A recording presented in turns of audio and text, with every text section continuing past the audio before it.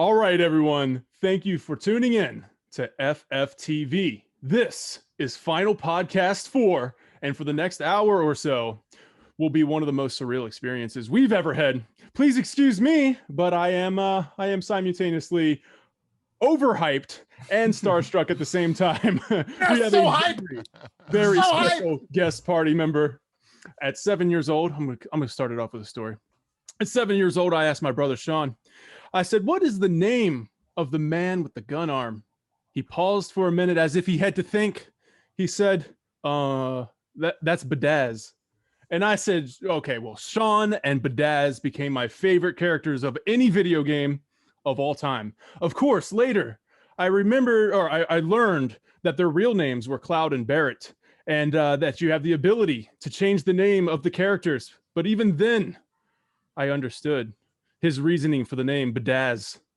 Badaz. Bad as. I got it. It took me a few years, but I got it. So allow me to introduce the voice of the most badass video game character of all time with a heart of gold. The voice of Barret Wallace. He is known for his incredible performance as Barret Wallace in the remake. It is John Eric Bentley. Hey, what's happening, everybody? That's hilarious. I did not. That's really cool, man. That was your brother who wrote that in there. Yeah, his name was Badass, but he didn't want to tell him a 7-year-old kid. He was like, "Oh, Badass." He get a spanking from his mom when you walk around. Hey, can we go and play Badass? Your mom be like, "What did you teach him?" The funny awesome, thing, though. I remember running around saying Badass a lot. And I imagine what my mom was thinking there. That's hilarious. I got a black friend named Badaz, Mom. That's hilarious, man. I got a friend named Badaz. He's got a gun for an arm. Yeah, exactly. And a Like, good wait, place. What? See you, Mom. see you, Mom. Talk to you later. I'll have him over for lunch one day. Right back, gonna take over evil corporation. Right. Be right back. You know a place named Midgar, Mom? I'd like to visit. Yeah, man. Dude, trust me, that took over my mind palace for a long time. All right, That's awesome. It was Final Fantasy VII at all times, the root of my imagination. That game will take you places. It was a cool game. I mean, it was what turned me on to RPGs. I'm an only child, so video games was how I got away from so many different things that I was coming up with. I mean, I grew up in Chicago on the South Side, so I could either go outside and hang out with my friends when they were available to hang out, and all of them had brothers and sisters, or I could stay in the house and play my Atari, or read, because my mom taught me to read at a very young age. So that's what I had. But sometimes, because I was an only child, I just wanted it to be my little world, right? Mm-hmm. So all the things that we as gamers and we as fanboys love, that's what I did growing up. So it's kind of like, all right, this is my world. Greek and Roman mythology, comic books. I didn't have to interact with anybody else. Mm-hmm. So I'm like, this is great. And then all of a sudden, I see this game when I'm a little older called Final Fantasy VII. I'm like, all right, let me check it out. I'm like, whoa, and there's a black character in an RPG, because I knew what RPGs were. Mm-hmm. I'm like, and he doesn't die? And he doesn't die. And so I was hooked. Hey, man, I was hooked. You said Final Fantasy VII takes you places. Man, it literally took you places. It took you to Final Fantasy VII. That's you, baby. Literally. That's you. It's Literally. True. All the time I'm reading the side scrolling going, I wonder what he sounds like. Well, this is how I would do him as a kid. And then all of a sudden, we get this wonderful, unbelievable opportunity and a blessing to be able to do it. And I'm like, this is really cool. Yeah. And then the pandemic hit. No, it's really cool. We were talking before you jumped in, and I was like, the thing I don't know if John's gonna realize is that Barrett's been around since '97, and like in our mind we had our own voice for him, but like now that you've done the voice for Barret in Remake, it's like your voice has now like retroactively replaced all of the memories that we've had in our mind of Barret Wallace growing up. And That's now funny. you are Barret Wallace for us, and we've known you since '97. You know what I mean? Yeah. That's why it's Yeah, extremely so exciting. how you been? Yeah, how you been, man? I've aged kind of slowly, but it's fun, man. It's like I said, it's an unbelievable opportunity. I'm a fanboy, so for me, it's kind of a dream come true. On top of, I freak out sometimes. I'm in a booth and I'm like, oh yeah, I'm doing his voice. Yeah, And I'm like, that's some wonderful art. Oh my gosh, Wait a how minute, did that's they? me. Oh yeah, that's me. So even playing the game, I'll never forget going to where were we here? E3. Oh yes, yeah. And Were you at my E3 son and I, 2019? yes, I was there my too. son and I, it's cool. My son and I were there, and they had invited us. They're like, "Hey, come down, and you can come into the booth, and you can do this." And I'm like, "Okay, it's all good. I'm gonna come with my son." And so we're there, and he's like, "Dad, there it is. There's the Final Fantasy thing." I'm like, "All right, cool. Let's go check it out. Let's, see what they'll do." So we go, and I didn't know anything about what the setup was gonna be or any of that. I got my hat pulled down, and that's just me. And we go in, and we have to go through this special entrance because, of course, the line sign it's all full, and they're like, "Oh yeah, we know you. All right, come on in." I'm like, "All right, cool." So we go in and we sit down and they talk, and all of a sudden the guide goes, "Yeah, we have a very special guest today." Da, da, da, da, da. And I'm going, "Who?" I'm just like, "For real?" I'm like, cool. Somebody's gonna. And I'm thinking it's Neil. Like Neil's gonna get in and like, yeah. So this is it. And my son is like, and I'm like, what you looking at me like that for, man? Stop. And the guy's like, Barret Wallace is in the audience, and da da da da. I'm like, hey man. No, I'm But just it's trying to too play late. the game, man. I'm just It's trying too to play late. They put Right. the And I'm in the spotlight on front you. row, and everybody's like, yeah, yeah. I'm like, Yeah. oh, Oh okay, I man, gotta be on. he opened up Here the it is. floodgates. Yeah, I'm like, I just wanted to enjoy. So it was cool because I got to meet a lot of people. Mhm. Got to meet a very dear friend now who does a podcast, Matt Denario, who reached out to you actually. It's just I got to like see people, and that was my first experience of seeing the fans of Final Fantasy. Mhm. And so they said, okay, well, do you want to play? And it was the demo version. And I'm like, yeah, sure. And I stepped up and I looked at everybody and I said, son, you play. And he's like, are you sure? I'm like, you play. And I just walked around, man. I just walked Yeah. around watching people play me and Cloud, Mhm. and I was just like, shout out to Cody. He's killing it. It's like, oh my Definitely. gosh, I remember that's the scene where we had to face the lobster or the crab thing. The lobsters. Scorpion. Yes. And Mhm. I'm like, A lot of yeah, okay, cool. crustaceans. And they're like looking around like, oh my God, I didn't know you were right there. I'm like, oh, dang. And it's like, because I got so fascinated by the joy that everybody had to finally play this thing that was, we're going to have Final Fantasy the remake, the 7, the remake. And people are playing it and they're all excited. And I just got charged. And at the end of it all, they're like, you didn't play? I'm like, no, I'm good. I'm good. It just made my day. And that's when I realized, oh, this thing is much bigger than I thought it was going to be. Yeah. He was That's like, I don't need to Absolutely. play it. I was there. I don't need to play it. Yeah, but it's different. So like when you play it, for me, it took me a minute to go, oh, that's my voice. All right, good. Oh, I remember when I was in the booth and I said this. Oh, I remember this is coming up. And then it took me to get the actual game to have it here at home and go, all right, now I don't have to like know it's me. That's me. Okay, let's play. You know what I'm saying?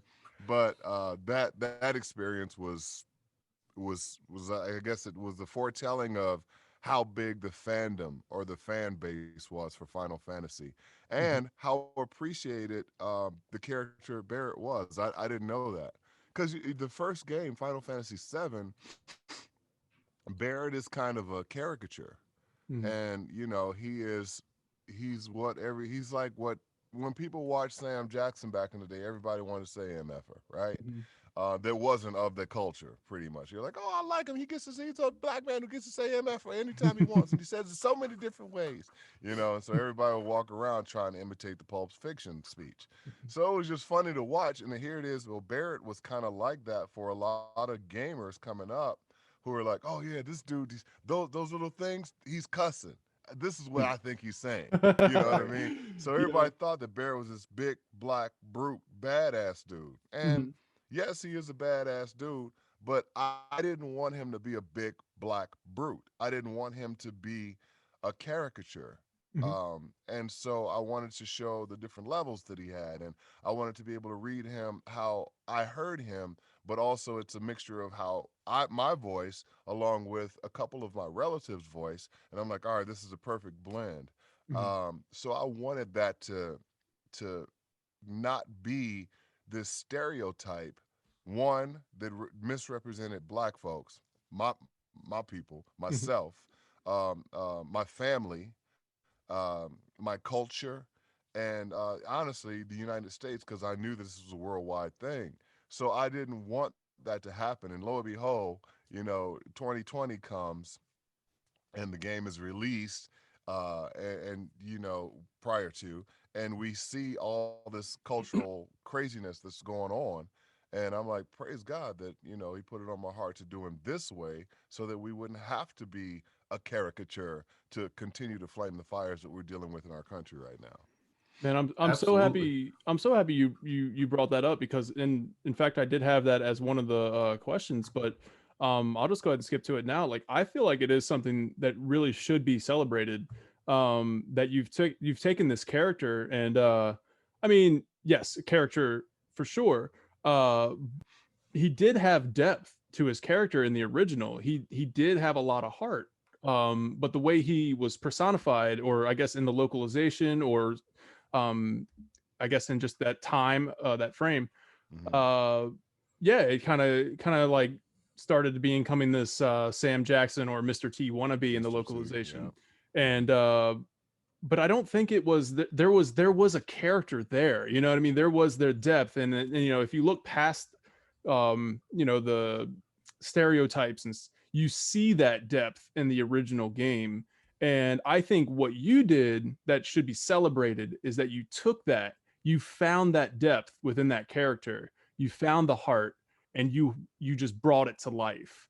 And I believe that Barrett has become this, you know, like an inspiring and memorable character. And like you said, as a black character in a video game, nonetheless, but in an RPG, you said at the beginning of the show, like you don't Hmm. really see that. And I think that you have set a new example, set a bar, and it's something that should be celebrated. I So appreciate that. obviously, I think, as you said, you wanted to bring this new life to this character. um I mean, I guess you felt that kind of responsibility for doing that, like you Oh, felt it's a like, heavy weight, man. yeah, It's a heavy heavyweight. weight. Like I said, I come from a background where my dad was chased by the Klan when he was a kid all the time in Alabama. My mom was a teacher. She's an educator, along with my aunts and uncles in Nashville, Tennessee, in the South. And as a matter of fact, she was across the street when folks were getting beat down. The organization was getting beat down just for doing a sit-in at Walgreens and Woolworths.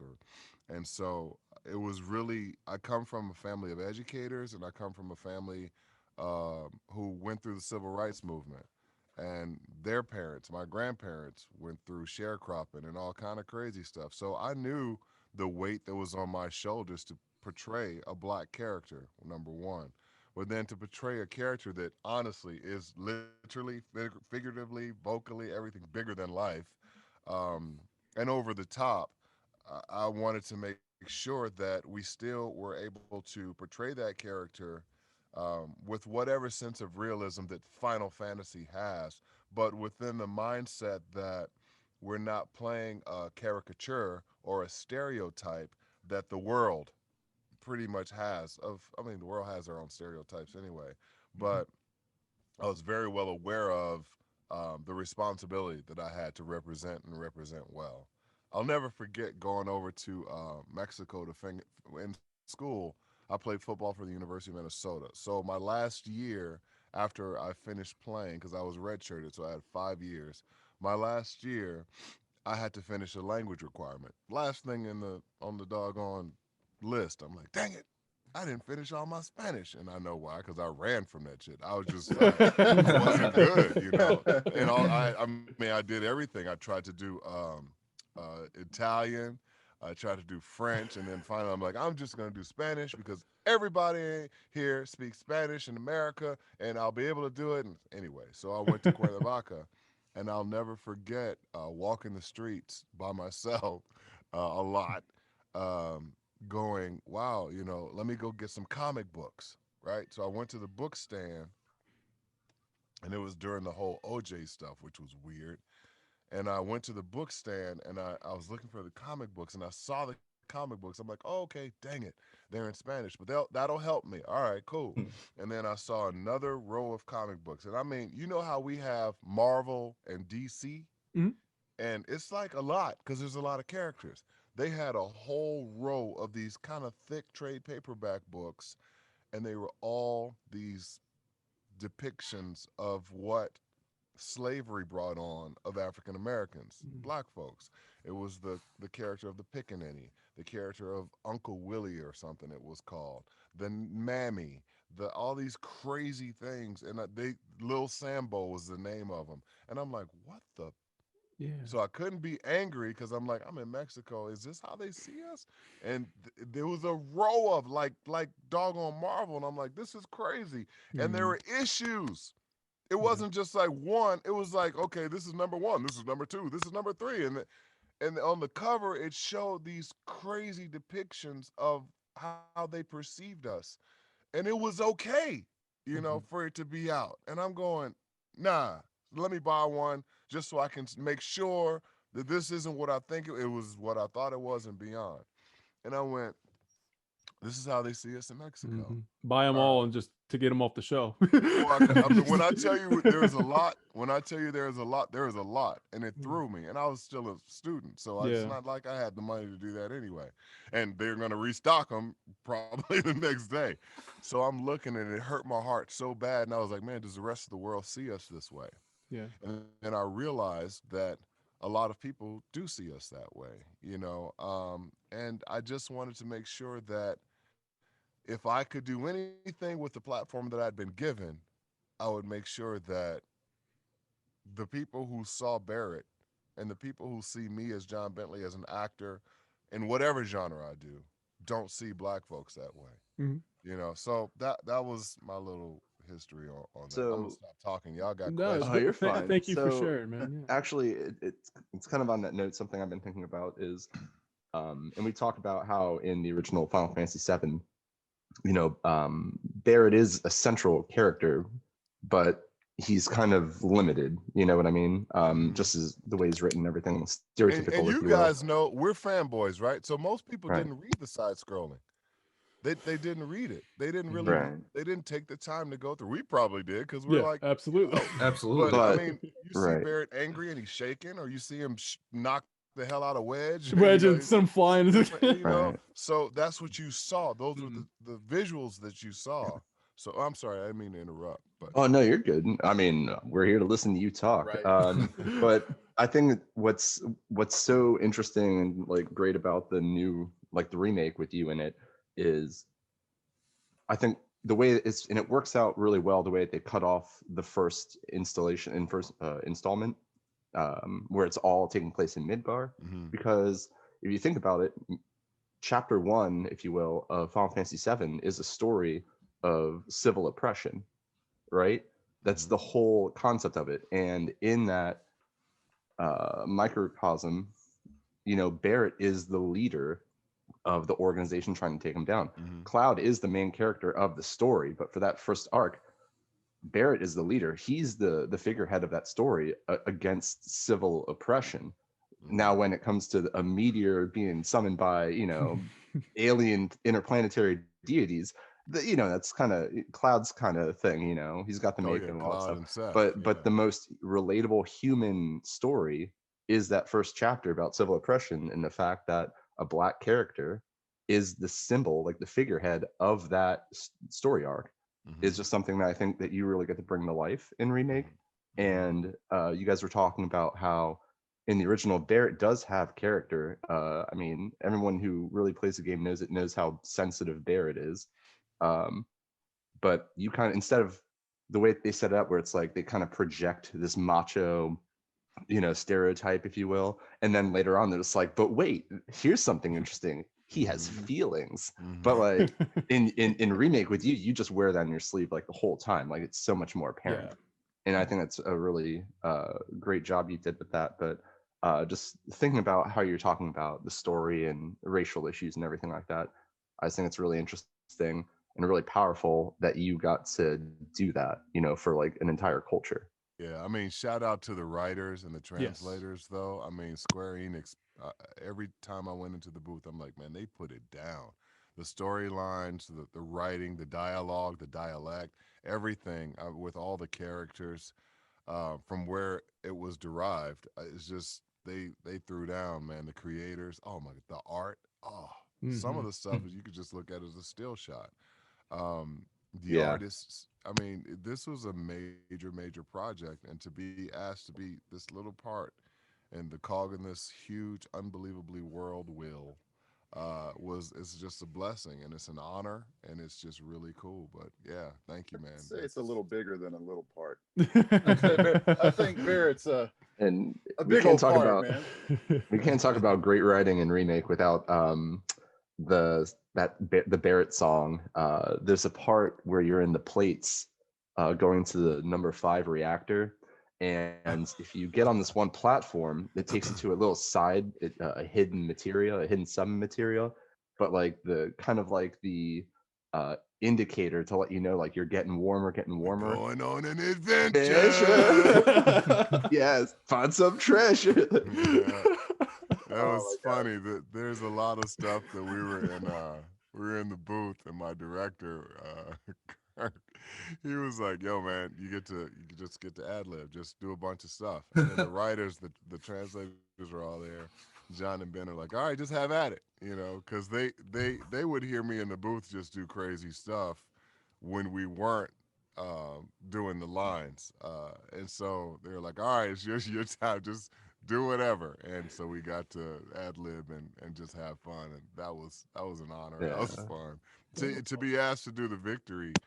Yes. That's just a fanfare. You know, speaking of that, I was gonna say my one of my favorite parts of Final Fantasy VII Remake, having Barret in the party, was it was random too. It wasn't every single time, but every time I heard that victory fanfare from you, it brought me to giggles. Like it was probably my favorite part. I would grind hoping to hear that. Like that was I love that. Yeah, man. That was because, you know, just to be able to do that, just for your character to do that is like, me? It's true.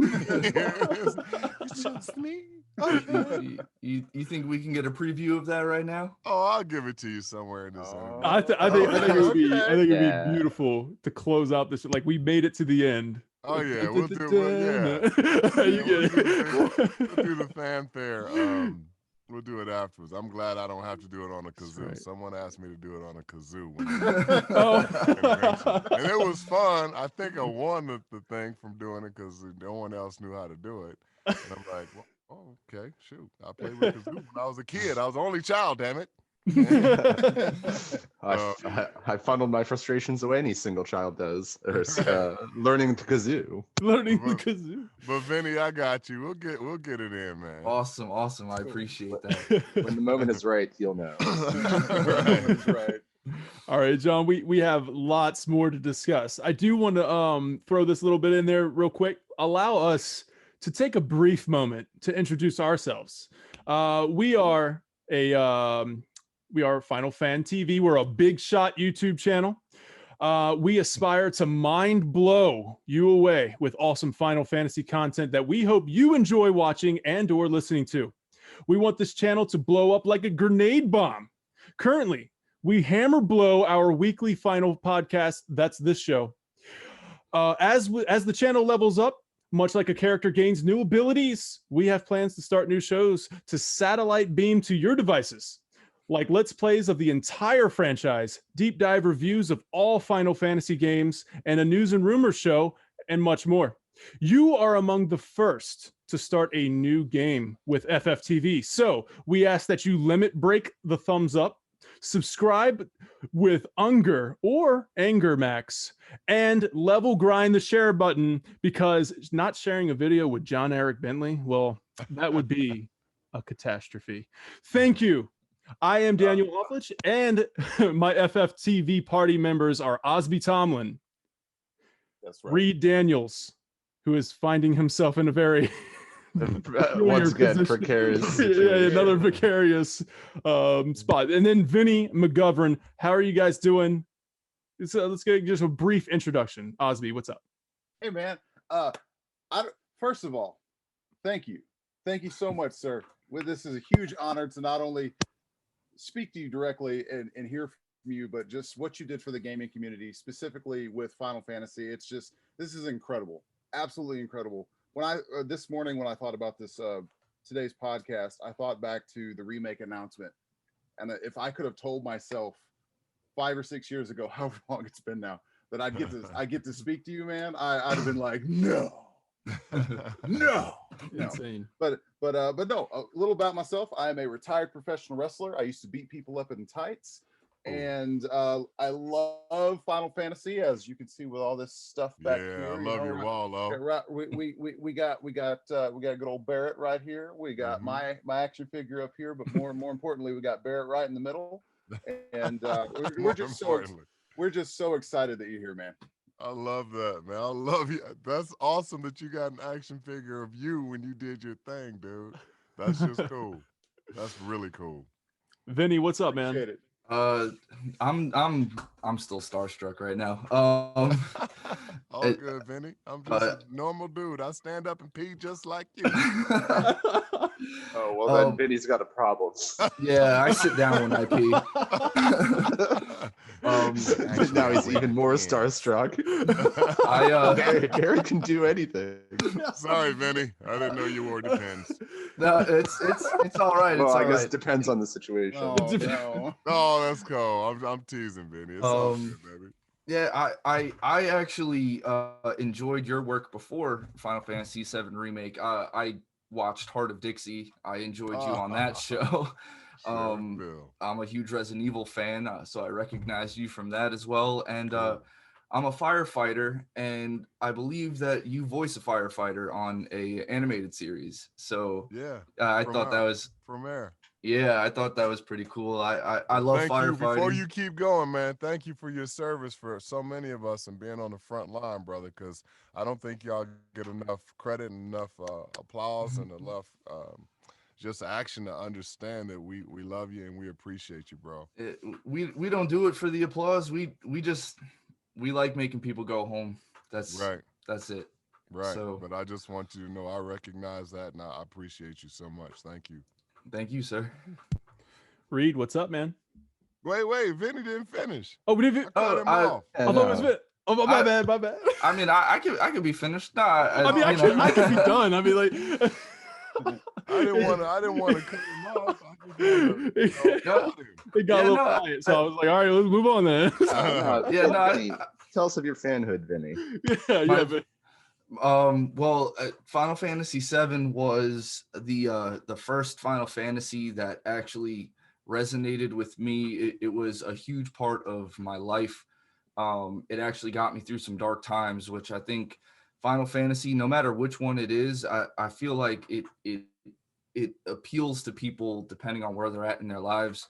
I was going through a really rough breakup with somebody that I thought I was going to spend the rest of my life with, and I just went into a fugue state, and I played Final Fantasy VII, and I just it got me through so much. I was able to immerse myself and get my mind off of so many things, and those characters became my family. Like Barret became my family. You know, Barret always made me laugh, and I just enjoyed like having Barret in the party, Sid in the party.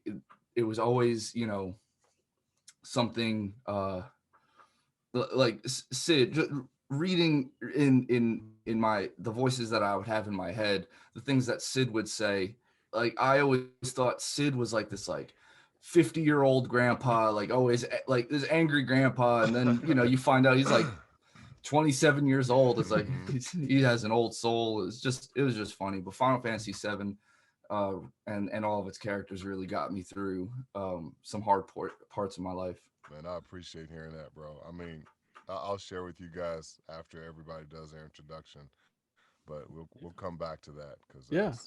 that's huge. Looking forward to it, man. Reed, what's up? Or did Sephiroth get to you already? I don't know. No, he's been frozen in midair for a while now. It's kind of just waiting for the other shoe to fall. You know, like at this point, just the anticipation is really getting to me. I wore pigtails today for this. Like, come on, this is my second favorite blouse. Okay. Oh God. I'm Reed. I don't do anything of value to society. That's a lie. Certainly not a firefighter or anything like Vinny. But me and Danny have been friends. Our brothers were friends. We've been friends for a long time, and we've been basically equally nerdy for that throughout. And we've done a bunch of projects and stuff together. So to see this one, it's like, hey, remember when we did that game night league and we just played Xbox or played GameCube and I made a lot of really stupid jokes for 2 hours? Now imagine that getting John Eric Bentley on a show. It's like, oh, that's cool. So That's much applause fun. to Danny for all the work he does on that front. Also, first of all, so Thank you. little golf clap. Yeah, well, before thanks, we- guys. It is the Hey, Masters. golf clap, Danny. Yeah, it is the come on, it's the guys. Masters. You That's gotta about golf. John, man. Come on. Golf clap. Shout out Golf for clap. Reed. Shout out for Reed talking about bringing out the what game did you say? Did you guys started it on? We saw Game Night GameCube? League. What? The GameCube? Playing Yeah. Smash Bros on GameCube. Reed, Yeah. you Yeah, got we some- had- you got some We old had like a school little with 'em? video show that we recorded. There's a YouTube up for that too, man. Oh my God, There it is. makes me cringe so much, but it's so funny at the That's same awesome. time. Shout Gotta out to start cringy somewhere, YouTube though. videos from the past. Shout out. Mhm. Oh God, yeah. It's great. Start somewhere. Great the TV. interview. Good. We did that like a 20-minute interview, and it's just me and Danny going back and forth, just going nowhere. It was so painfully hilarious. The idea was basically it's being done right now, by the way. Got mad respect for Austin Creed who does Up Up Down Down, but you know what? I'm calling him out right now. If you're gonna do our idea, man, let's go. You basically Now hold on, Danny. basically do You started to think, oh, Time out, man. I spent 13 years in the ring. He's gonna kick your ass. So step back just a little bit. not confrontation in person. Let's set Internet beef? Yeah, yeah. So I can hide behind the screen. Come on, man. see, right, it's that's like right. Mike Tyson said, everybody's brave on the internet. Yeah. I'm trying to. Everybody's brave. They forgot Anyone what can it's like to Photoshop get punched in the mouth, Anyone can Photoshop biceps on the internet. right? So Game Night League, in case if somebody shares it to Austin and he's like, "What are you talking about?" Game Night League was basically think WWE, like wrestling storylines and like all this other stuff, like championship titles. Well, we had I painted a controller gold and I called it the Golden Championship controller. Cool. So we would basically have storylines where we make promos going into each match, and we would hype the match up so much that So like much cheese. yeah, and then we would it's very cheesy, but it's entertaining nonetheless. And then like so when the match was there, we would do it live, and then like it was just really small. We get like maybe 100 views, but there was so much anxiety and so much like it felt like a big event because we had hyped it up so much that when people would play, we'd be shaking like this is for the championship, like you know what I mean? Like, but so it kind of had that like that promos, do the match, do the announcing like JR and the King, or you know what I mean? Good God Almighty! Was Osby involved with that one too? What's that? Osby, were you around then? Oh no, sir. Not that not would have been cool. not that would have been Hmm. fun. Yeah. We You were met probably during in the ring during that time. I can only verbally suplex. I don't want to wrestle with Hey, Osby. hey man, gravity hurts. Or rather what gravity does to your body. It's not fun. Give me back the when bottom Remake rope. was announced, that's when I created I created a Facebook group called Final Fantasy VII Remake, and I just wanted to communicate with some people that shared the same passion as I did. So Osby was among like the first to want to It's like- join, it's like the and then first like from five to there, join. yeah, from there we basically, I don't even know, we've never met in person, and we're like, Hey man, you guys got to get out to a KoopaCon if you Yes. really Would love to, dig man. Final Fantasy. I've never experienced a convention like that. If oh, man, man, you guys got to get a hold of Alex Main and get Mhm. to KoopaCon. I know on the 19th I forgot. I think the 19th they're doing a special thing online, but you just go on their stuff. I mean, you guys would love it. Oh yeah, I absolutely, mean, Absolutely. it's just absolutely. it's everything that you're talking about right now. If we have time, I'll tell you about my E3 story, because I have like a big fan moment at E3. But Cool. John, I know you said you had a story you would like to tell us. So Well, yeah, but I'd did love to we hear. get through? We got through. Oh, three. Did we get? Oh yeah, I'm good. I, I'm, I made I'm I made trying to enough be. jokes I'm for the trying to next 10 be. minutes. I'm trying to do it, man. I'm trying to be a good host here, but I just All want to hear you good. talk, I John. know you want to So- keep it so- moving. Did you talk, D? Did you talk about you, or was that your when you did the I title about what we're got about? the intro. I don't want to talk about me. I want to talk about John Eric Bentley. You Yeah, know. we got That's right. time, man. That's I right. don't want So Oh yeah. hype. So what I wanted to say is that I never realized how many people like what you just shared, Vinny, about being able to get through a tough time and everything. I didn't realize that until I started doing conventions and until I started becoming more active on social media. How many people used Final Fantasy and the characters within it and the gameplay to get through tough times, and I didn't realize how much of an impact it would have on people. And so I have been able to, and I'm still constantly doing it, meeting people who say, hey man, thanks, I was going through this, or thanks, I was contemplating suicide, or thanks, I was doing this. And I'm going, what? So once again, I realize that the platform that I've been given is a blessing from God. And the reason that it's more near and dear to me is because I now have an arena where I can just uplift and edify, just speak life into people, just celebrate with them, let people know that I'm just as big a fan as you, not some celebrity or whatever. I just I have the opportunity to help people however that may be. Sometimes it's just a friendly gesture and a smile and a hug. And I've asked the Lord, hey, look, man, if you've put me in this position, help me to bless somebody else. Help me to whatever's on me, whatever joy is on me, whatever energy, whatever love is in me. Help me to be able to give that to someone else so that it can help them to continue on, to soldier on, as I would say, or to soldier up, as Barrett would say, because shame on me if I don't use that to help do whatever I can, especially in the world that we live in, not just in the States, but the world we live in. People falling away from not understanding the importance of love, people not understanding the importance of just a friendly gesture or a smile or just being courteous. You know what I'm saying? Mhm. So shame on me if I've got that opportunity to do that, to uplift, to encourage, and I don't do it. And I would say that for anyone who's in a position, and I think if each one of us in life and whatever circles we're in, whatever environment we're in, neighborhood, whatever it may, if each one of us took a minute to be able to do that, to encourage someone, to speak life into them, man, I think we'd be in a much better place, especially in our society with what we're dealing with in the United States, but I think in the world. So, thank you for sharing that because I always, Vinny, you don't even understand. That charges me. People say, you did Barrett and you get paid. And it's just, you know what? I get to see the result of people smile. I get to see the result of people say, hey, my son has MS and you just cheered him up. I get to see the result of I get to see it. I get to see the physical smiles, the love, come back. It's reciprocated, and I'm just like, this is really cool. This is what it's about.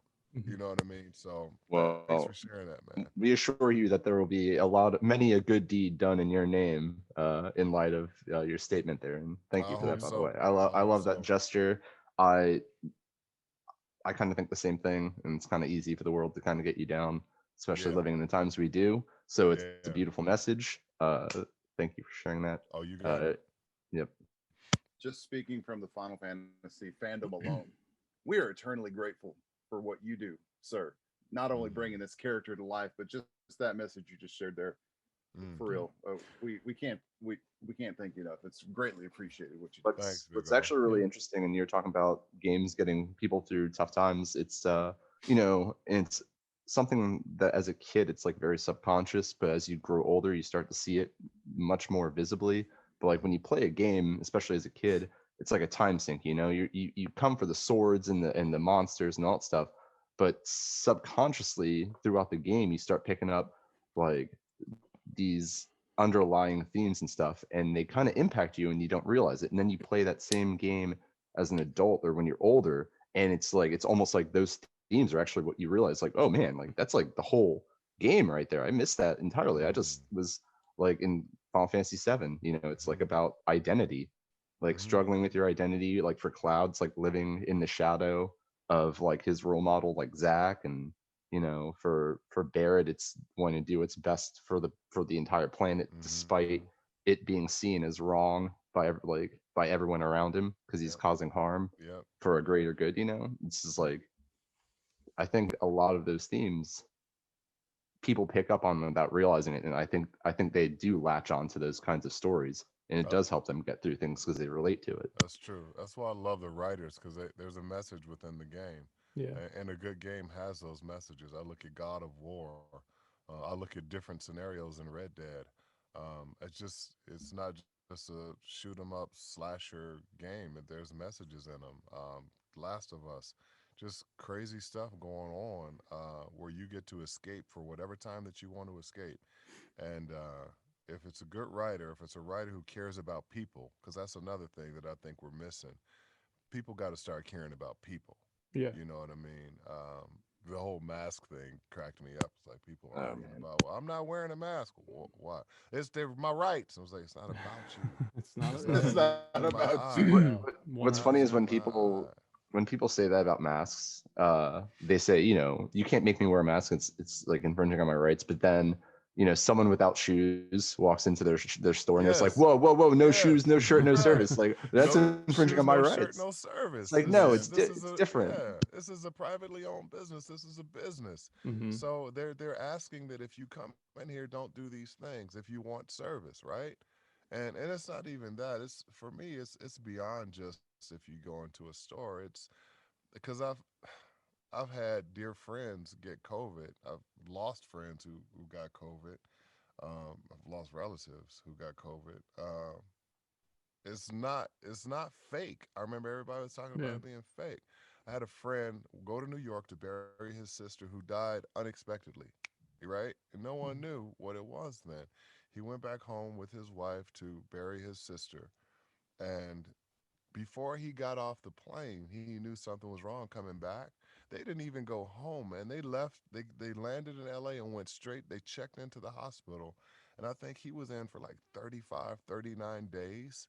And when he came out of it, he thought that he was only in for 3, and then Mm. his wife was in for over 160 days. So it's real, and it's affecting people. And praise God, they were able to survive it and they're alive. And she's at home now. She got home like last month or the month before. Mhm. Um, but it's real, man, and it's taking people out. And it's not just taking out the elderly. We've had so many of our friends as parents pass. And I mean, hell, in Minneapolis, man, they rented out a warehouse. I mean, picture Costco. They rented out a Yeah. warehouse to keep the bodies. That's crazy. So when we start caring about when we start caring about people enough to say, hey, I'm going to wear this just in case if I am a character or carrier, I don't Mhm. want anybody else to get sick, or I'm going to go and get tested to make sure that everything's cool wherever I go. When we start caring about each other, that's what changes things. Those are the little things. So it's I, like that ripple effect. I do have a So question. What would Barrett say about wearing a mask? Uh, I don't know if he'd say anything about the mask. I think he'd say what he says. You can't hear that planet crying out? I know you I can. know you I can. know you can. You so hear, Yes. you can really hear that. not to wax Good help. philosophically too much here, but it's something that I've kind of come onto and I love it now. You're talking about the concept of just doing something just to be considerate of others, Mm-hmm. even if it does nothing, it doesn't impact you at all. Mm-hmm. Have you heard of the shopping cart theory? No. It's the litmus test that the true indicator of a good or bad person is what they do with their shopping cart after they leave the grocery store. Oh, that's hilarious. Because if you just take your groceries out and you take the cart, it takes 10 seconds and you put it in the return bin. Yep, It that's it so does funny. it I costs you 10 grab every seconds. one that I see in the lot and I put it did, back yeah. in the thing. If it's But by my car, I'll grab it and put it in the little. Oh, that's hilarious. it's the true test of Yeah, character. yeah. If you're a good person. Well, everybody's Yeah. gonna be watching me in a damn parking lot now. Oh, there's John. You can take my How card. come you Just- put 5 of them just back? see- Cause man, it might scratch your car. Yeah. Just seeing Barrett angrily put shopping carts back. Yeah. I It's a- think there's a lot of John Yeah. and Barrett Right. on both sides or multiple sides of who he is. But that's a good litmus It's test. a- I like that. It's a simple Oh, yeah. gesture, man. Just like the cart, it's a simple gesture. Just wear the mask, you know. What's the Like you worst said, case just scenario? be good, be good people, you know. Yeah, we're just Yeah. arguing over right now. In our country, we're arguing over secondary issues, man. Yeah, People are picking and choosing sides of political sides, and it's breaking up families. It's breaking up relationships, and it's like, man, you were my friend before this election. mm-hmm. Come on, Just yeah, let's unite, be good, you know. Like let's have some kind of communication. yeah, I mean, like this, Vinny. If you're on the front line and you're on a hill and you're putting out a fire, and 20 yards to the left, you got another team. You communicate with that team, whether it be by walkie-talkie or if you got to yell, right? I mean, yelling probably won't help because of the sound of the fire and what you're wearing.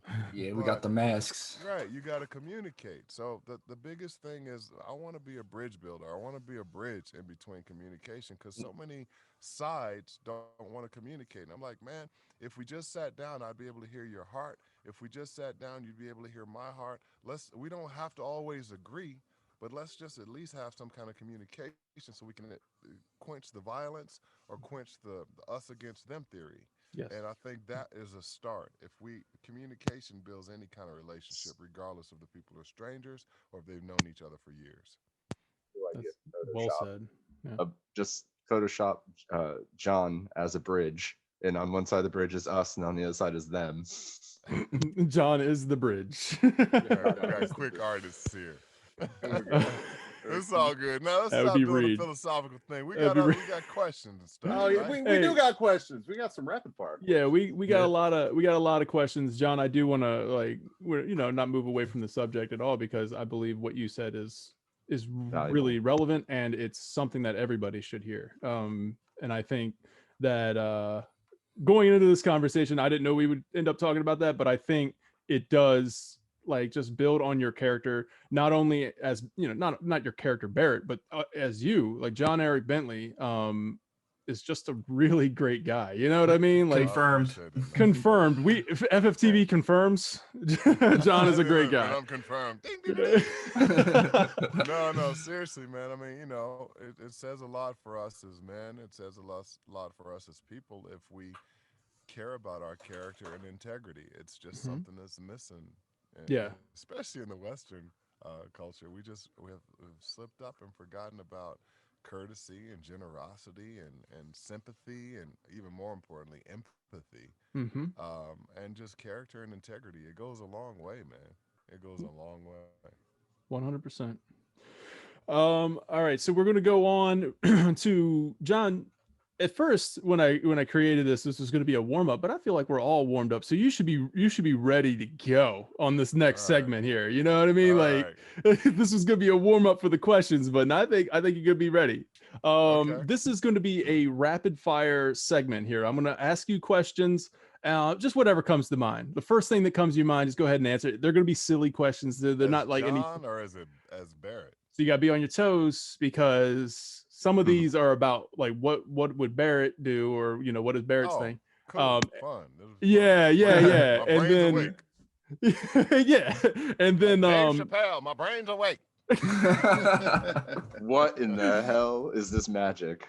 How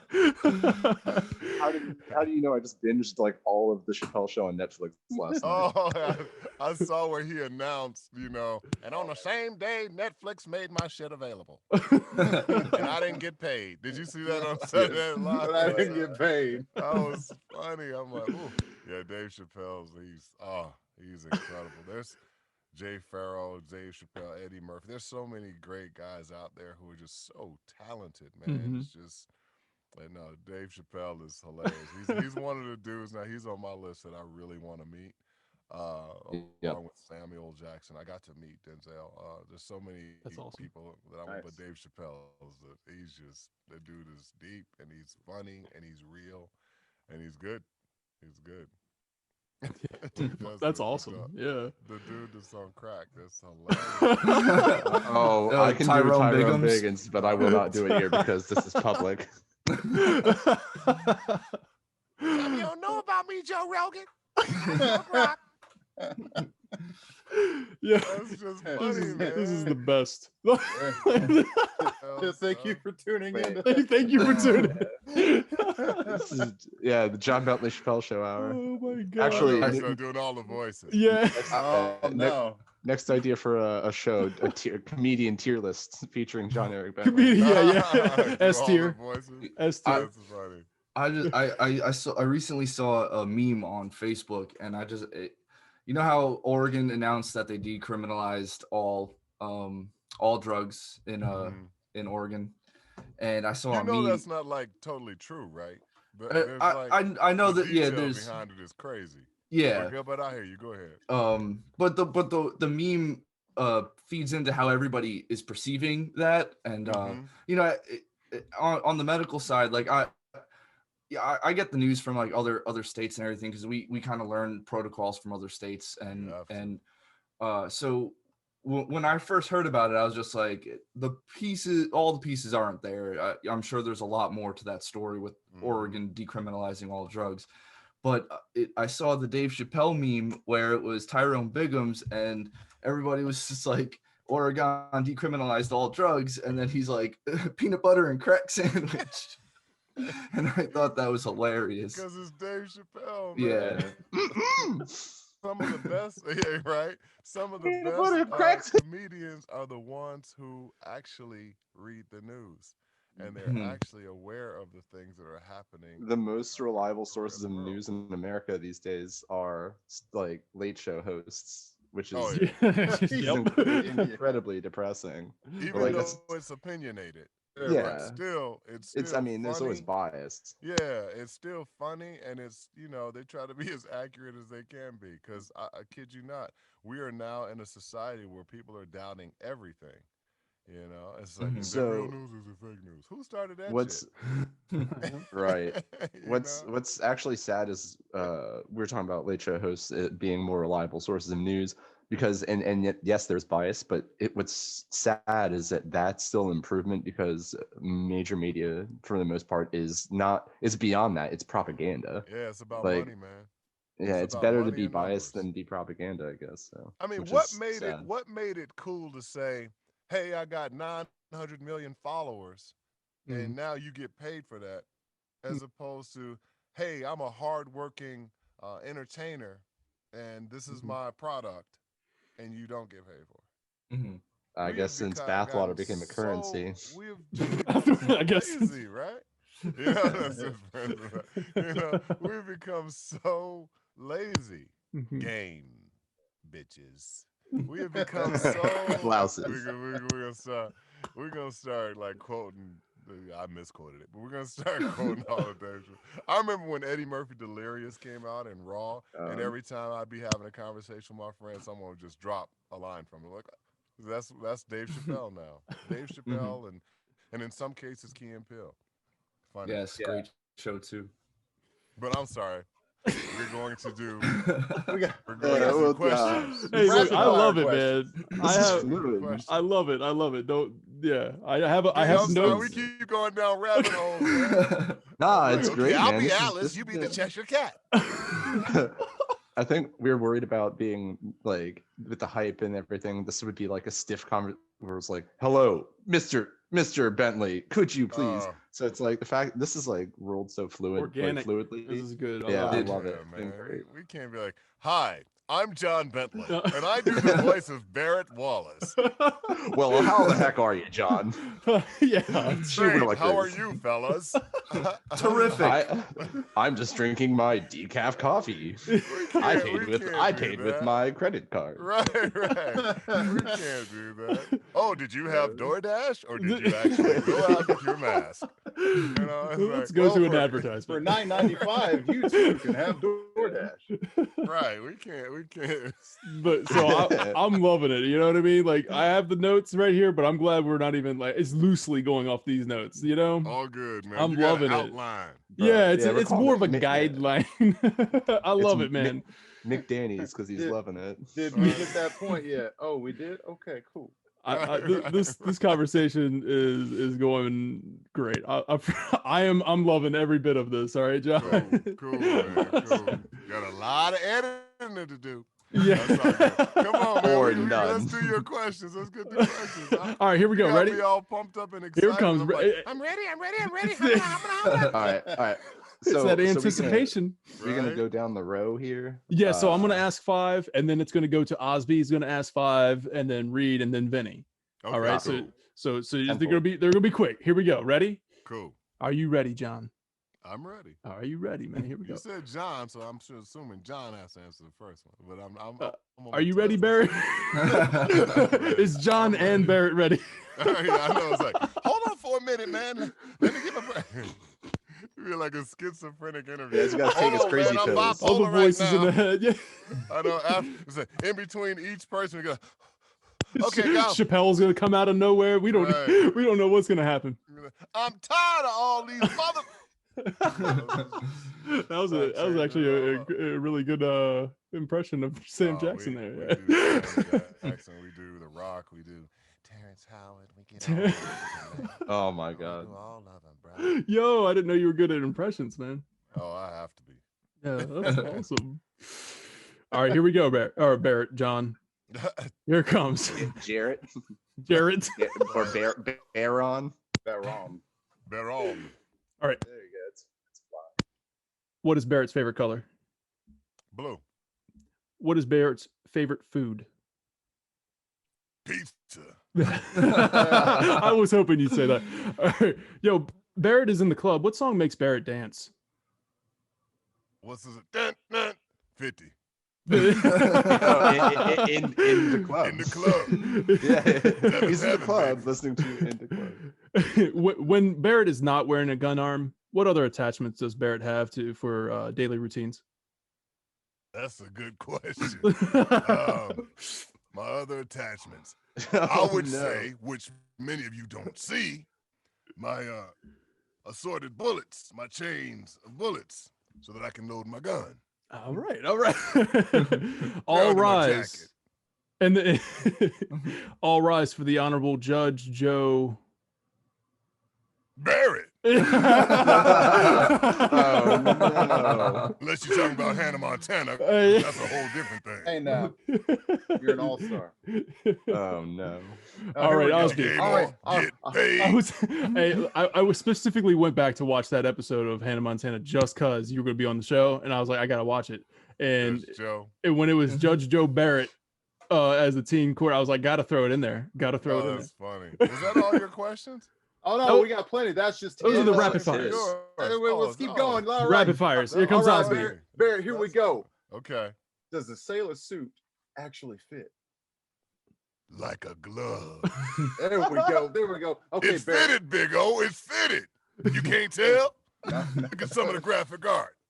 It's a little pixelated. All right, Barret. I hear that Tifa makes a strong drink. What do you order? It depends. It depends if we're going to take out some reactors, or it depends if we're going to take out some goons, some thugs, or it depends if we're going out to fight some Shinra stuff. So, I would say anything with vodka in it. Okay. I would say anything with a twist of lime, because I love lime. And I would say anything that would let me get a buzz on, but still be able to fight and shoot straight. All right. Well, so with that buzz and fighting and shooting straight, I heard it through the grapevine that Barret just might be a fan of the Macarena. So we would just love to hear buzzed Barret say, "Hey, Macarena." Hama numma numma numma numma Margarita. Hama numma numma numma numma. Hey, Margarita. All right.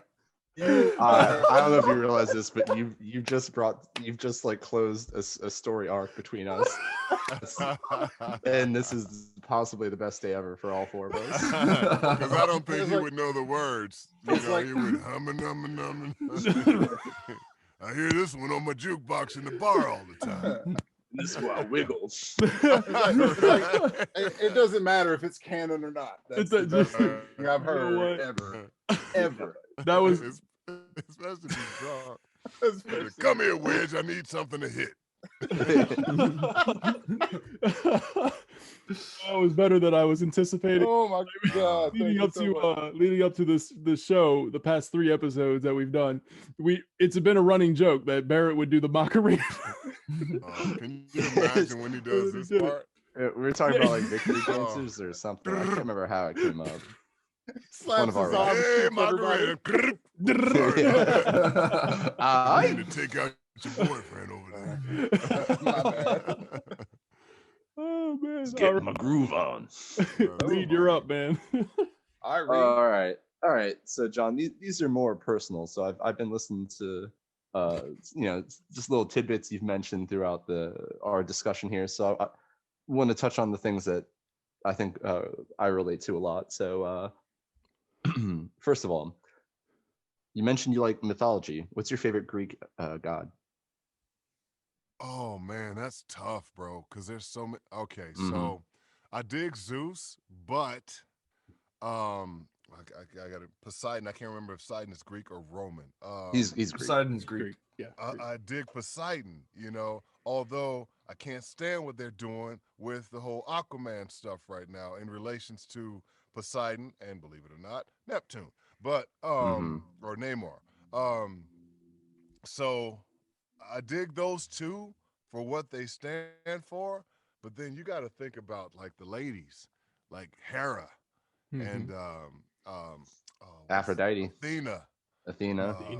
So Aphrodite, I don't think Aphrodite was as fine as everybody makes her out to be, especially when you see some of the statues. I think she was alluring and captivating, and that made her prettier than fine. You know what I mean? Especially when you see like how they depict her moving, and so I'm like pumped about stuff like that. But yeah, so I like Zeus, but Zeus he can be a son of a gun, but that's it's why kind of somewhat adulterous, if you will. Yeah, but I think they all were. But Poseidon's no joke. Hades is no joke, but I don't dig what he stands for. You know what I'm saying?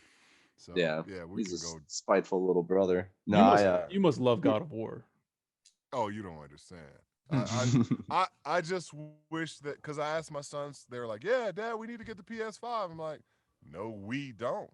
Unless you guys are gonna give me some damn money towards it." But I just wish that they made something backwards compatible compared to the old PS3 that I had, that allowed you to play all of the Gods of War. Because God of War and Uncharted, those are two of the most brilliant series that is for me that has ever been created.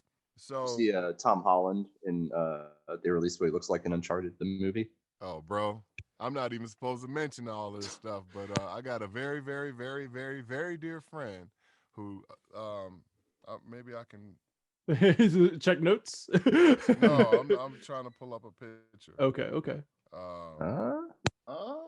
Of a very, very, very, very, very dear friend Anticipation that mounts. It is Anticipation. is on that set, Ooh. and I don't know if I can do this, but can you guys see this? Oh no, you can't see that. Hold on. Oh yeah. See that? Oh, they swapped the. Can you if you you start hold it up to the- talking, hold it up to the Can you see camera it now? if How you don't about mind? now? Can you see it now? Can you see that now? Can you I'm see that? Yeah. yeah. Okay, you ready? Oh, Oh, Ready? oh my goodness. Is it going? Uh-huh. Mm-hmm. Can you see that? Yeah. He got me that. So I'm all Oh, hooked up. nice. I'm supposed to go over there today after our interview here, our time here, and I'm supposed to go over there and pick it up. So I'm all excited. But yeah, I'm a huge fan. For those Oh, of you yeah. that are listening, we just got to see an awesome glimpse of a very nice hoodie. Yes. Right? Heard it here very first. nice hoodie. Did you see the sleeve though? So you can't talk Yeah. about it, but that's what I'm talking about. that's awesome. I got you. But I can't talk about it, but I that's can't what talk I'm about it, talking but that's about. what I'm talking about. So Giddy I'm not saying I'm a it, huge but if I was fan saying of it, Uncharted. Yeah. not Right, saying it. right. Huge No, fan we of good. Uncharted. Huge fan of God of War. This last installation that they did was just brilliant. Oh my god. Brilliant. Loved it. You know, As a so, father, like now that I'm a father, like that, it hits differently. yeah. Oh yeah, and that's your son. Yeah. Mhm. So, It hits differently. Like, yeah. yep. So we'll start our next rabbit hole. I'm sorry, we're supposed to be going fast. Oh no, Hey, yeah, we're good. I like us going off on the tangents. Me too. I'm a bit of a rambling man myself, so it's like you kind of just let it go. Bit of a and then rambling man. And then before it gets a little too Right. far, you're just like, let's Read the throw that Rambler. on last. Oh my Read. sweet Jesus! Rambling. All right. If anyone Come on, ever Reed, bring the other one. if anyone refers to me as anything but Reed the Rambler from now on, I won't speak to you ever again. I know, so right? John, That can go either way. So John, coming from a varsity quarterback, and also in the room is one of my favorite wide receivers I ever played with, in Danny. What position What? did you play? What?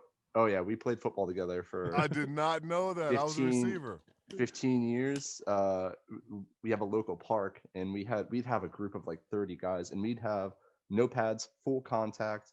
I had my shoulder separated. I Ooh. broke a bunch. Me and Danny, I think I was covering Knockheads, him. Yeah, we were playing a ball in the end zone, and we ran into each other, and just both of us got knocked unconscious. Oh wow. It was the first Oh, game yeah. that my then girlfriend, now my wife, but it was the first game she ever watched me play. And Yeah. like, I was trying to Never show off, again, hon. and then Never again. I end up on the ground for like 5 minutes. Oh You gotta my cut gosh. that shit out. No, Where are you guys? Wait a minute. Where are you guys? We're in Southern Maryland, so. Oh yeah. Okay. Except for but Osby. yeah. St. Louis. Yeah, St. Louis. Oh, Osby's in St. Louis. Cool. Cool. Yeah, You closer to yeah. where I grew. Okay. Yeah. No, I was a receiver. I ran a 4.58 ish. Ooh, Nice. 6'3", 6'4" when I played. Had a 42-inch vertical. My story as a football player, I played when I was a kid. I played every sport. I think I've played every sport except for highlight and cricket. I think I've done every other sport.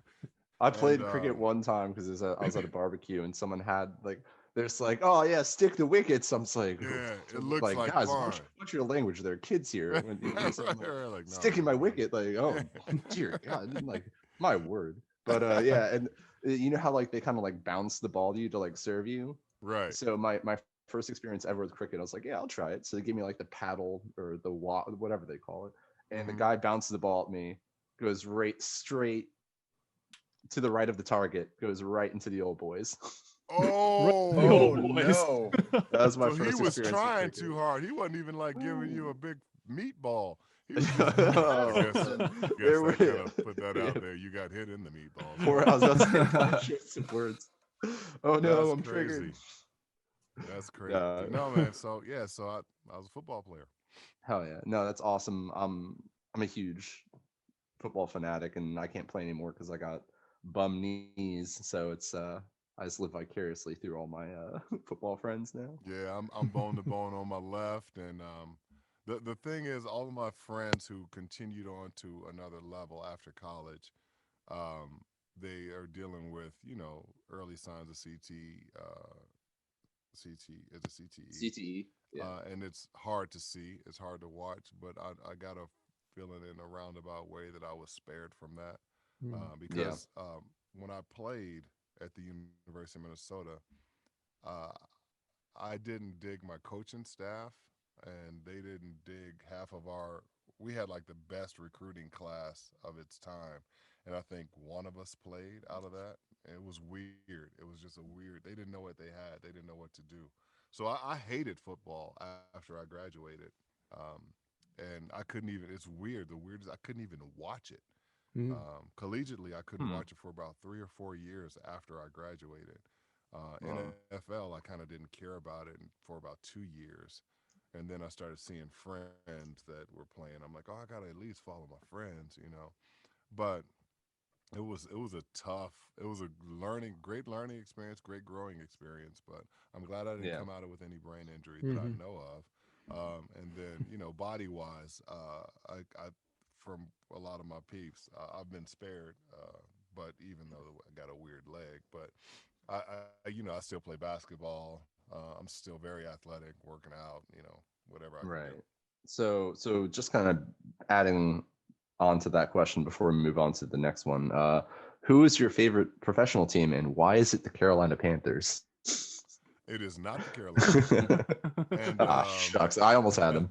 I don't really have one, and this is going to sound weird, but I like individual players because I Hmm. think the owners of the team and the organizations, they don't give a damn. I mean, they do, they care, but it's not really about the team anymore. I mean, I Hmm. grew up during a time when it was the Steelers and the Cowboys and Landry, and they cared about the team. And I'm Hmm. not saying that the NFL player, the teams don't care about one another, but it's such an individual thing now. Hmm. Hmm. The loyalty between the owners is just different. Hmm. This whole concept of elitism because you own a team and you don't really own a team, you seem to, many of them, not all of them, many of them seem to say, well, I have stock in a bunch of boys that can play the game.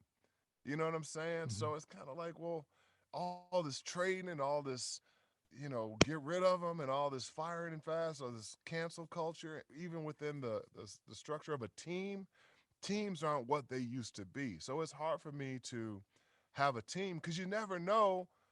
Right. Here's a perfect example. I go to buy a jersey from one of my favorite players from one of my favorite teams. Hmm. And next year, they're gone. And it's usually because of the manager or the owners or the organization's choice. Not so Hmm. much the player, unless they get in trouble, Right. Right. Like Antonio Brown, it's like, what jersey do I buy? You know what I'm saying? And Well, currently, do I dare buy do I dare buy that one? Right. right? Because you never know what's gonna happen. But Right. so for me it's just different, man. Where's the loyalty in Hmm. the team, like with Franco Harris and Lynn Swan, or with Roger Staubach and Mm.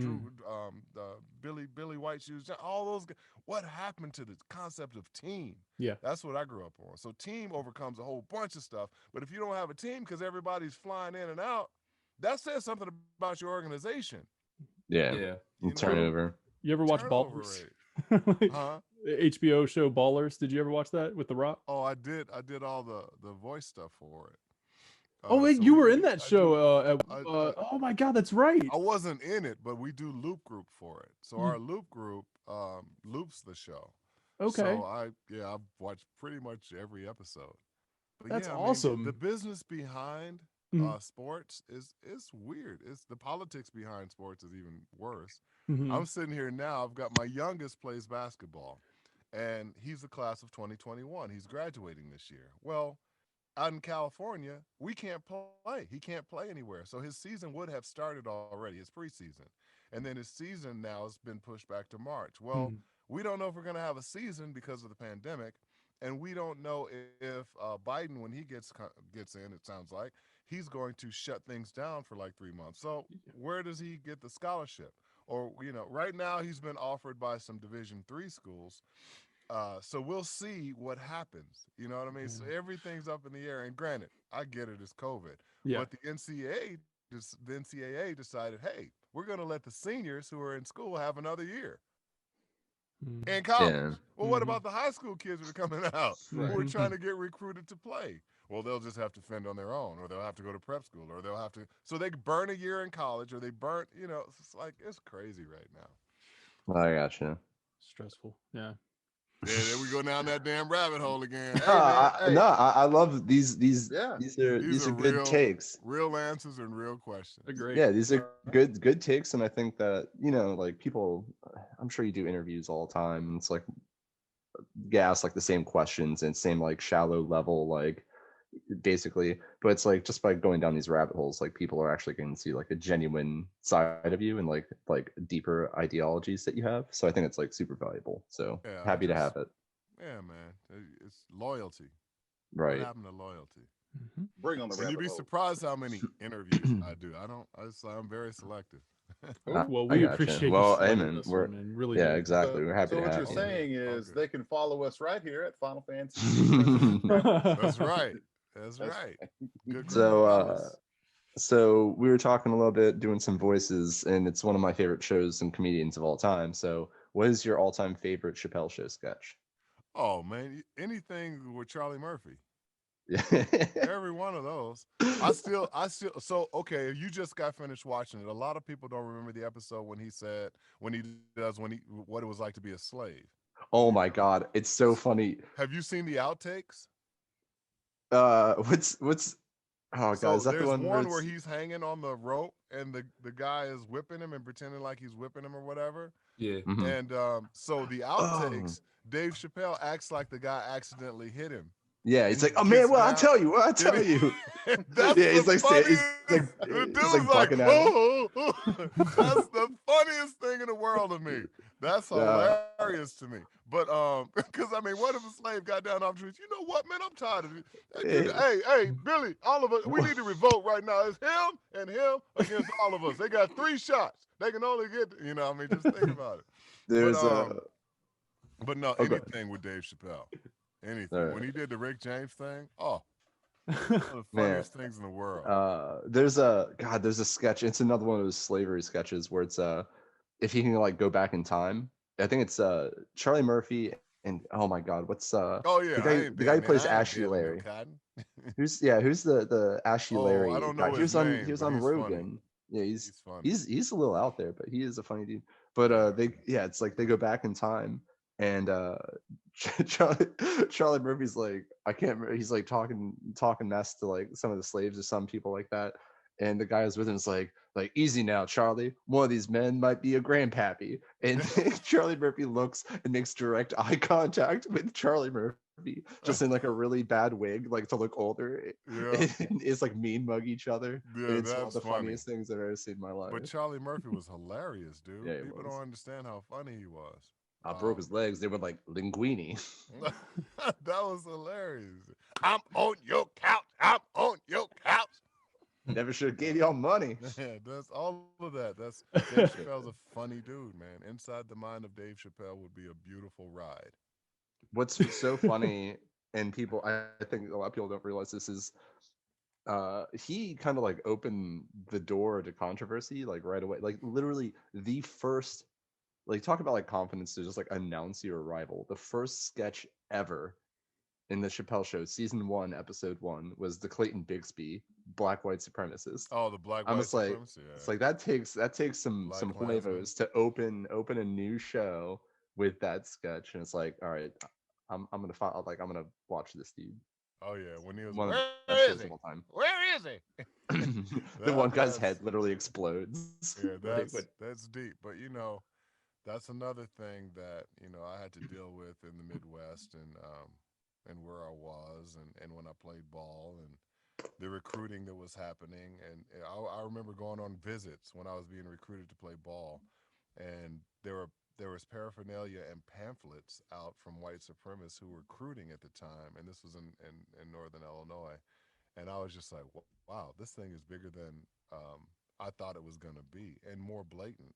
And now, for some reason in our culture, because of our leaders, people feel like they've been given a green light to just say whatever they want to say or do whatever they want to do, and without any circumstance or consequences behind it. So it's just, it's different. But moving on, what's your next question? I agree. So, on that, I'm going to mention one thing. We'll move on. But speaking of some things never die, we live in one of like the few like really deeply red counties in Maryland, and there's a Confederate memorial. It was a POW camp. It's a Point Lookout, and even now in 2020, they actually have Klan rallies there, and I've seen Klan rallies advertised in the paper, like the local paper, just without any care in the world. This was like several years ago, but it's just funny how that still exists and how sometimes it comes back out. Never really dies. People, man. It's like the water, it never really goes away. It just so people. I mean, you got different groups, you got different beliefs. That is who America is, and there's nothing wrong with that. All I'm saying is, hey, let's try to figure out a way to sit down and talk and figure out our differences and try to agreeably disagree or try to eliminate violence around it. You're always going to have hatred. You're always going to have bias. You're always going to have that. That's probably not going to stop until Jesus comes back, but I just, people are going to do what they want to do. And hopefully if they do the wrong thing, they'll hold, they'll deal with the consequences for it. But, we're always going to have differences. That is what makes up people.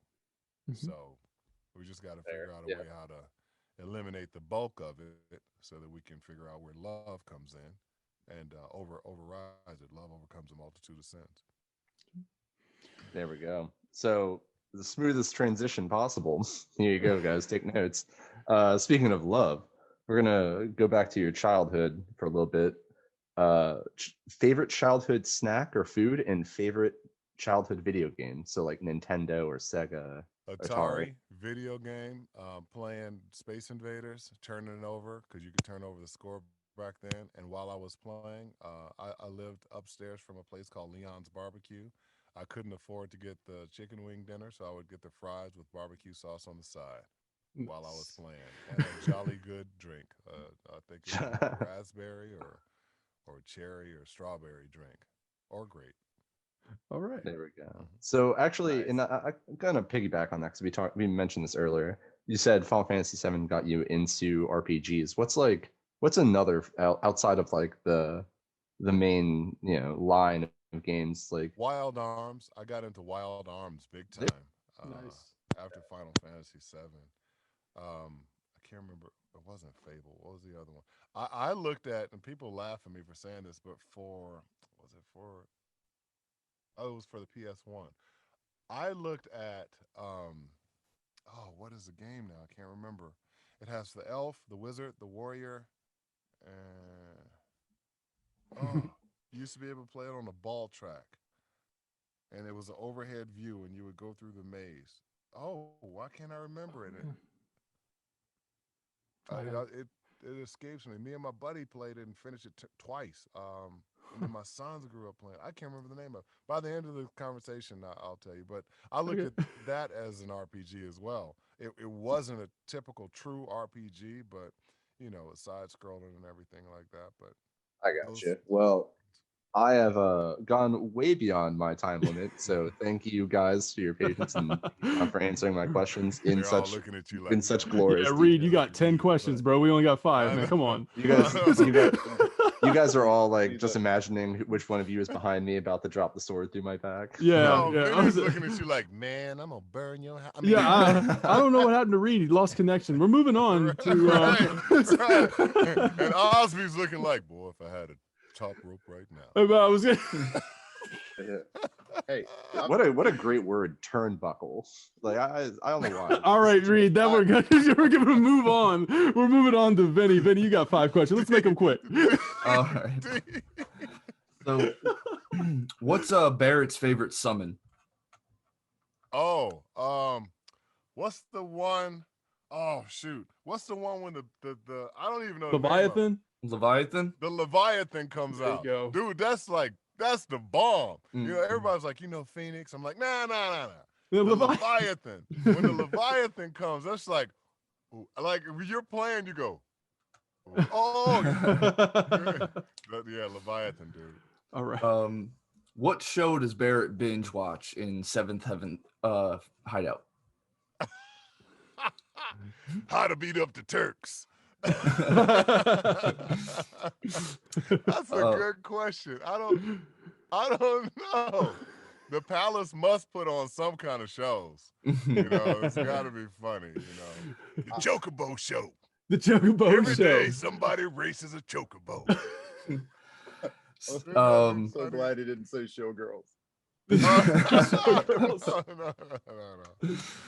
No. So there's a dance battle between Barrett and Sephiroth. Who wins? For real? For real. Okay, so you got to understand, Seph's got that little wing. Yep. He can do stuff that Barrett just can't do. Like fly in a circle. Yeah, I mean, well, he can fly in a he's got that wing, so he can elevate. So it's a whole different thing. So picture Barrett trying to break dance and picture Seth trying to break dance. Who's going to sustain the moves longer? With that little wing, that little chicken wing. So Seth's got to win it. As much as I love Barrett, and he's younger, Seth's got to win it. I mean, you think about it, though. Barrett stands with the gun and just spins. Just let the gun rotate. Seth is, dude. That's an elaborate character with a whole lot of determination. For what? Sometimes we don't know, but hey, see what I'm saying? Mm-hmm. Seth is a beast, and plus that waxy hair, he could probably spin off. It's definitely or those doggone shoulder pads, right? Pantene, man. We got that Pantene. Yeah, you can slide across the plate. Right. You remember how they used to do the head slides? Seth could do that and push himself with the little wing, depending on what style of dancing, But I just think that Cloud is so stiff, bro. And if he's wearing his sword, he can't move. That Buster sword is huge. Mm-hmm. Yeah, that's true. So I think Seth. Valid points. All right. I know. I gotta back it up. This is why. Yo, I love it. No, there's context. It's great. I enjoyed that. So let me tell you something. All right. I know, D. Sorry, we changed rapid fire to let me explain to you why. No, I love it. Boots in the mud. Great. So super speed or power of flight? No, this is one of them questions. Like when I get the question, I have to think about it real hard. I'm like, I can't just give you an answer. No, because I feel like I'm going to be granted the power tomorrow or something. Right, he's like, get off the phone. You pick super speed, but there's a guy who's like, well, I was going to give him super flight, but I guess he doesn't want it anymore, and he get nothing. Well, so I've been watching The Boys. I just started binge watching The Boys. And I'm looking at Atram, and it's like, okay, this power speed, you can do a lot. You can, like Flash, go back and change different things in the world if you reverse, and all these different fantasy things. But the power of flight will be something else, because you can get to where you need to get to, however you need to get to it, whenever you need to get to it. No more LA traffic. Yeah, no more LA traffic. As you've seen, A-Train ran into pedestrians. So yeah, ran through a pedestrian. Yeah, ran through. He jumped right out in front of me. The power of flight would be something else. I mean, think about if there was catastrophe going on, you could just pick somebody up and take them away. Like you said, the super speed, you got to get through stuff. You're still grounded. True. So I just think the power of flight for me. All right. And so here's the most important one, though. When Barrett goes to Chipotle, does he pay extra for guac? Hell no! I'll reach across the counter and say, give me some more guac. All right. All right. That concludes I want to know where that question came from. We gotta animate that. We have the soundbite. Yeah. I want to know where that Barret came goes from. to Chipotle. Barret goes to Chipotle. I eat Chipotle I a lot. want I eat a some lot of fast barbacoa. food. What's your favorite over there? At Chipotle? Yeah. I usually get double white rice, double chicken, double cheese with sour cream and guacamole with mild. Dang, dude, you got like And a metabolism. partridge in the You got like metabolism or something? Like, dang, did you go to Fires every day? Double white rice? Mm-hmm. Man, I work. scoop they give you, they pour it on too much. No, it's not enough for me. See, like, so I work 5 a.m. to 5 p.m. 7 days straight, and then after I get off at 5 p.m., I go to the gym for about 3 hours. Yeah, you're burning. So yeah, I'm just always eating. Yeah, you got in the chicken. I get it because of the protein. The right, I get it now. Okay, yeah, that answers my question. I was like, why is Barret in Chipotle? Okay, You I don't got like rice. metabolism or their brown something? rice, but Like, why wouldn't yeah, Barret be in Chipotle? right. It's like I don't know. Yeah, it's like that brings up the question of what does Barret eat? I know he's healthy because he's cut as hell. Yeah, he's just cut up, but you know. What if it's you all had that. Barret in 2020 America and the evil corporations are like Starbucks and Chipotle and stuff? I don't think he would. Can't you hear the planet crying out, He babe? would think Starbucks was too frou-frou. Barret would think Starbucks. What is this little cup? Who is this on this cup? Why did they Who do misspell my represent? name? Is this President Shinra's daughter? You know, he like. I don't think he would like that. All right, You'd be so doing keto. we're gonna move on to this fun game here, John. I want to know from Barret Wallace himself what his favorite weapon is from the original Final Fantasy, and what we're gonna do here from the original Final Fantasy VII. Now, I've created this bracket tier. We're gonna go real fast through it. Can you see it? Okay, great. All right, so we're gonna go through it fast. So you just pick which one you like the best, the assault gun or the solid bazooka.